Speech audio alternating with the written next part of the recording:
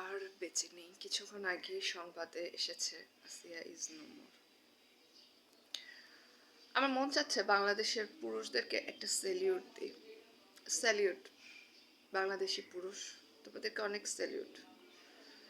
যে নারীর গর্ভ থেকে তোমরা পৃথিবীতে আসো না, সেই নারীকেই তোমরা আসলে একটা ছোট্ট শিশু, সে নারী হয় নাই, তাকে নারী হতে দাওনি। স্যালিউট। তোমরা আবার বলো মাথায় কাপড়, তোমরা আবার বলো, হ্যাঁ আমি অবশ্যই বলবো শালীন পোশাক পরা মেয়েদের উচিত, কারণ এটা আসলে একটা সভ্যতা আর এটা ভদ্রতা।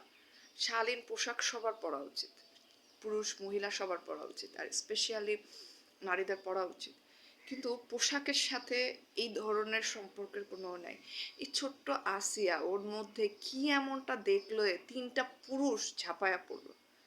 কথা বলতে ইচ্ছা করে না। এটা একটা ইংরেজি শেখানোর চ্যানেল আমি জানি, কিন্তু আমাকে বাধ্য করছে। আমি আর নিতে পারিনি জিনিসটা, কারণ আমি নিজের মধ্যে থেকে কান্না করতেছি যে একটা ছোট শিশু, একটা ছোট শিশু, মানে তার কি এমন দেখলে আপনারা হচ্ছেন এইভাবে হিটু শেখ হয়ে যান।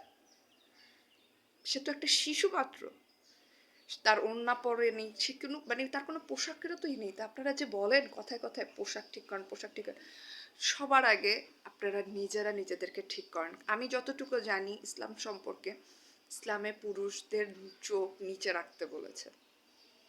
হ্যাঁ, পুরুষদের চোখ নিচে রাখতে বলছে। এবং আপনাদেরকে বলি, বাচ্চাদেরকে ছাড় দেন, ওরা শিশু, ওরা দুনিয়াতে, ওরা ফেরেশতা, ওদেরকে ছাড় দেন।